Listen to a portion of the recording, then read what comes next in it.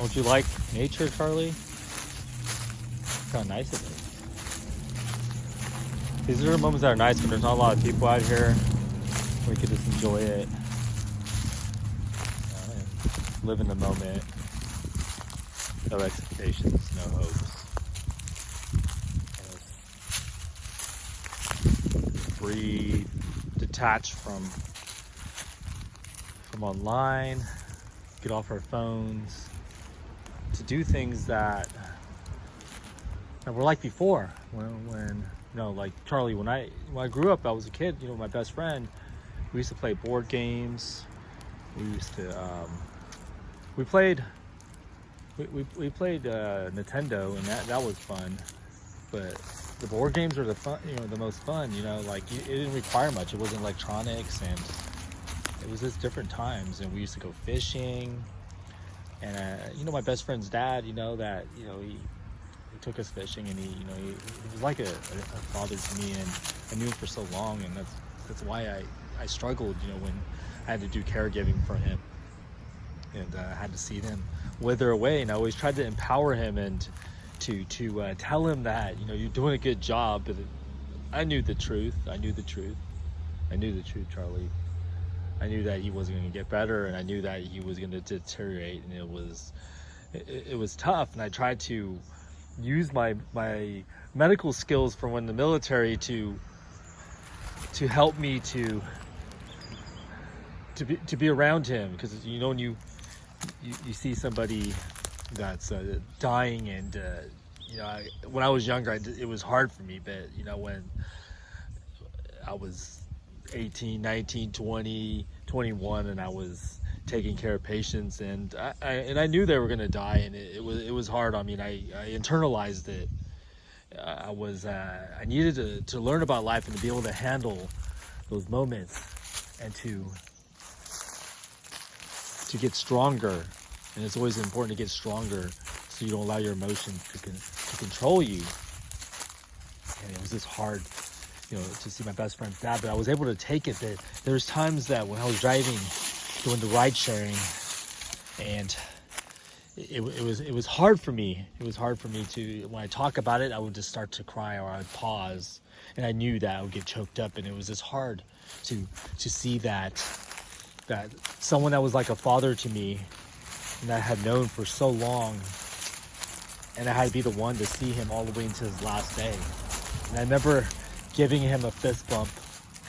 And I said, I'll see you tomorrow. And I had to go do something, and I never saw him again, Charlie. It's like, I feel like I was able to overcome it.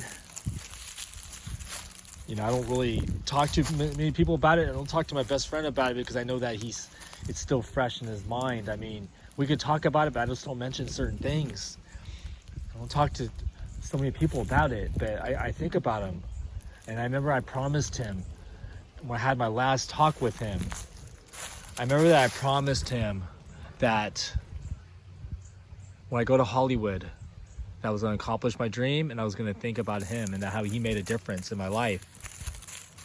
And what he told me? He put his hand on his throat, because he had throat cancer, and that's what was killing him. And he told me, I hope you make it. He said, I hope you make it, and I want you to make it. It was very special, because he was supporting me. He never told me not to do it. And he used to like my performances when I wanted to be an actor. He used to tell me that he enjoyed those, and he got sad. He got sad when he talked about it. When he said, I remember when you did Forrest. He goes, Forrest? And he would laugh all the time. And he would enjoy those moments, and it was like a good memory that he had. And that was like 20-something years later, and he remembered it. And he remembered my name on the last day. And then that was it. Like with a snap of a finger, he was gone. And I remember sitting down the night after, and somebody had hacked into my account, and I didn't get paid, and I couldn't pay my bills, and I had to write some script pages to the story, and the scene was similar to my best friend's dad. And I remember struggling through it. I had to write like 20 pages, and and it was incredibly difficult.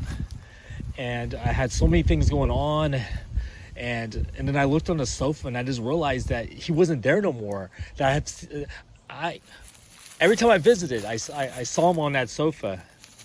I saw him for over 20 something years, and then all of a sudden he was there no more. That it could just happen like that, Charlie, in a snap of a finger, that life could just end. That we have to appreciate every moment. We have to realize that we have blessings, and that life is precious, and that we only live this life once, and we have to do everything that we can to be happy and to appreciate life. And I remember my best friend's dad saying that he felt blessed.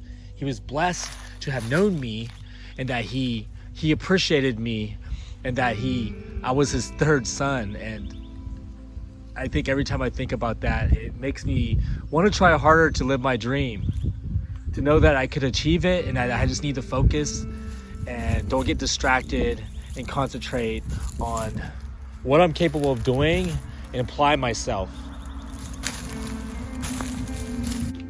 Okay, buddy, we're gonna wipe you down. Take off your harness. Where's your? Put your foot through there. Oop, come on. I have to pull this off. Okay, put your foot through there. Come on. Okay, take that off. Okay, over your head. Go to the other side. Okay, raise that ball. Hold on. Okay, stay. I'm gonna wipe you down.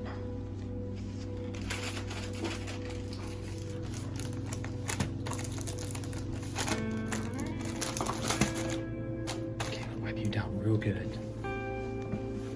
Okay, hold on.